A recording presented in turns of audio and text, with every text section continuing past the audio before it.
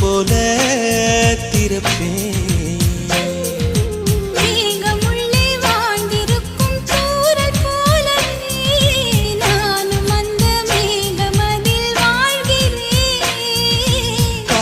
அழுத்தம் போல வந்து நானும் உன்னை தான் முத்தமிட்டு முத்தமிட்டு போகிறேன்.